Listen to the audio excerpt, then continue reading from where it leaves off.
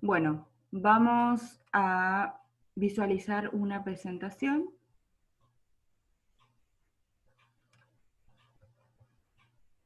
Ustedes me dicen si se ve. Ahora sí Ahí se ve la foto. aparentemente sí. Bien, Ahora sí. bien. Bueno, hablábamos de establecer relaciones, ¿sí? Que es como lo básico o como lo más importante cuando hablamos de creatividad y ser creativo, que lo más importante está en esta cuestión, en cómo se establecen las relaciones. Y Jaime Buigas establece esta relación de la etapa de la creatividad o las fases que se producen en la creatividad con la metáfora del alquimista, ¿sí? En donde hay tres etapas, la negra, la blanca y la roja, en donde en la primera etapa todo lo que hay que hacer es como dejar atrás o matar lo que tenemos como conocido o como verdadero o como que esto es así y decir, bueno, listo, esto no me sirve más, así como yo lo estoy haciendo o así como yo lo tengo conocido, y pasar a la etapa blanca, en donde lo que hacemos es recolectar elementos, ¿sí? Como si fuera que es todo nuevo, elementos que por supuesto ya son existentes, pero nosotros los tomamos con una cabeza totalmente nueva, en donde no tenemos ningún prejuicio sobre ellos y decimos, bueno, esto nos puede servir para este problema en específico. Y después pasamos a la etapa roja, en donde viene como la parte más dolorosa, ¿sí? Es la fase en donde le tenemos que poner coherencia y, y decir, bueno, a ver, todos estos elementos que yo tomé en la fase blanca tienen que tener un objetivo o tienen que cumplir una meta, y entonces ahí es donde vamos dejando atrás elementos y tenemos que decidir. Y la etapa de decidir es dolorosa, ¿sí? ¿Acaso no les pasa a ustedes en diseño el poder decir, bueno, listo, voy por este camino, dejo esto, me juego por esta idea? Y entonces esa parte es la llamada la etapa roja, en donde se toma la decisión, ¿sí? Bien, cuando hablamos de creatividad,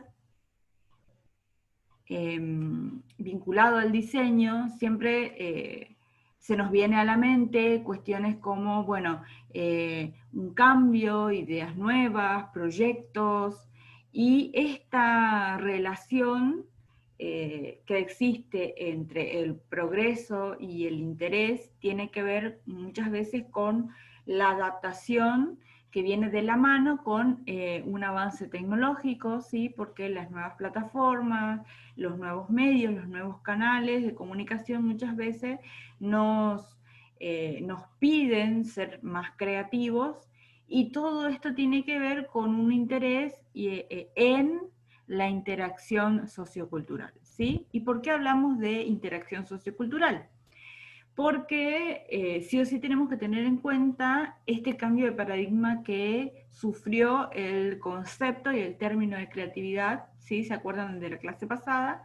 En donde pasa de una excepcionalidad, en donde solo Dios en un principio era el creador, y después, un poquito más adelante, solamente los artistas tenían esta capacidad de ser creativos, hasta el paradigma presente, en donde todos los seres humanos tenemos esta potencialidad de ser creativos, y depende mucho de cómo vamos practicando esta capacidad, ¿sí?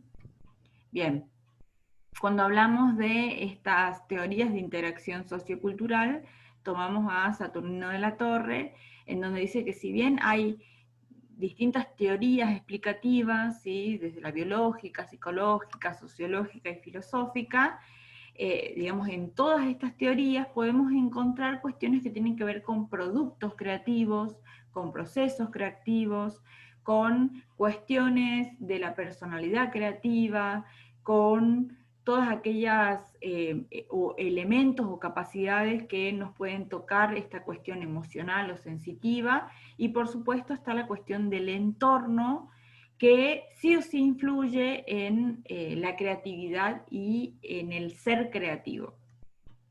Bien, más adelante vamos a estar ahondando un poco más en estas dos posturas, ¿sí? Que si bien podemos encontrar distintas relaciones entre lo que proponen tanto Stenberg como Csikszentmihalyi, la primera diferencia que podemos visualizar es que por un lado Stenberg está prestándole como mayor atención a todo lo que tiene que ver con la personalidad creativa, y por el otro lado Mihaly presenta un modelo de sistemas en donde lo que hace es prestarle más atención a cómo es que este individuo creativo, con toda la personalidad creativa que presenta Stenberg, está relacionado con su entorno, y entonces presenta estos tres elementos que son el individuo, el campo y el ámbito, ¿sí? Bien. Entonces, cuando hablamos de creatividad, hablamos de una combinación de elementos existentes. ¿Y qué es lo importante en esta combinación de elementos existentes? Que el impacto sea novedoso. Y entonces, les cuento un poco sobre uno de los artistas más famosos, ¿sí? Que enseguida podemos reconocerlo, ¿sí? Por cómo maneja sus trazos, por cómo es que maneja los elementos, y enseguida decimos, esto es muy Picasso, o esto es de Picasso, o esto es muy parecido a lo que hace Picasso. Pero a ver, ¿de dónde sacó esta manera de hacer las cosas Picasso? Se nos está terminando la presentación, enseguida se nos termina, pero antes de pasar al otro caso, les cuento un poquito. Y después seguimos en esta misma reunión, ¿sí? Picasso era un estudiante de Henri Matisse, ¿sí? Fíjense, al lado de la fotito del artista, hay una de las pinturas de Matisse, ¿sí? Fíjense cómo maneja los trazos, cómo son las proporciones de los cuerpos. ¿Se van dando cuenta? Bien. Resulta que Picasso, obviamente, al ser alumno de Matisse, estaba familiarizado con estas formas y estaba como enamorado de la hija de Matisse, ¿sí? Marguerite. Marguerite era una persona libre, de espíritu libre, viajaba mucho, y entonces ella en una de sus vacaciones viajó a África y quedó totalmente enloquecida y muy fascinada por cómo manejaban las esculturas allí, y trajo, en uno de sus viajes, trajo una de las esculturas africanas, y ahí Picasso conoció cómo manejaban, fíjense, lo robusto de cómo manejan el cuerpo, las piernas, y entonces hoy por hoy se considera que estos elementos hicieron que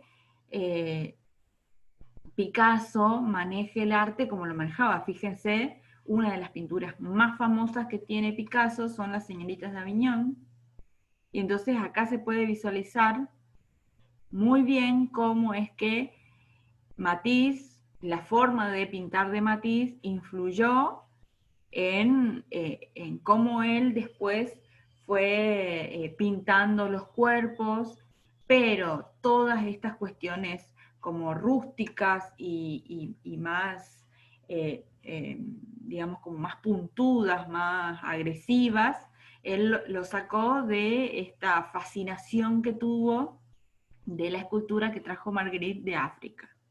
Fíjense cómo hay algunas cuestiones de los elementos que manejaba Matisse, pero él ya le sacó mucha organicidad y son como más grotescas todas las terminaciones y la manera de pintar. Fíjense los rostros, cómo es que maneja, fíjense la nariz. ¿Encuentran las relaciones? ¿Se ve? ¿Es evidente esto? Sí, le sirvió como una base muy grande. Como base para poder inspirarse, ¿sí? No necesariamente, digamos, cuando uno está hablando de tomar elementos ya existentes, uno habla de inspiraciones, ¿sí? No de copiar la manera en que otro hace las cosas, sino de que uno se inspira en lo que ya conoce. Entonces, cuando uno resuelve algo, uno resuelve sobre la base de lo que ya vio, de lo que ya conoció, de lo que ya escuchó, ¿sí? El tema está en cómo se hacen estas combinaciones para que el impacto sea novedoso y se pueda leer como algo nuevo, como un cambio dentro del ámbito que nos estamos manejando. ¿Se va entendiendo? Sí, Sí, profe. Bien, nos queda un minutito más. Y entonces les voy a contar la historia de Google. Y entonces la pregunta que se hicieron estos dos jóvenes, bueno, a ver, ¿cómo nosotros hacemos para generar dinero a partir de las búsquedas que hace la gente en Internet? De ahí partió, ¿sí? Pero entonces, o sea, ya existía una plataforma, no es que se armó de cero, ya existía una plataforma que tenía una base de búsquedas, ¿sí? Se llamaba Altavista y entonces ellos ya conocían esto y lo que hicieron en términos de novedad fue, bueno, a ver, ¿cómo nosotros manejamos estos links hacia otras plataformas, hacia otros lugares con algoritmos? Bien, así fue que ellos armaron Google. Chicos, se nos termina el tiempo. Pasamos a la segunda parte, ¿sí? bueno. Ahora les paso el link. Buenísimo.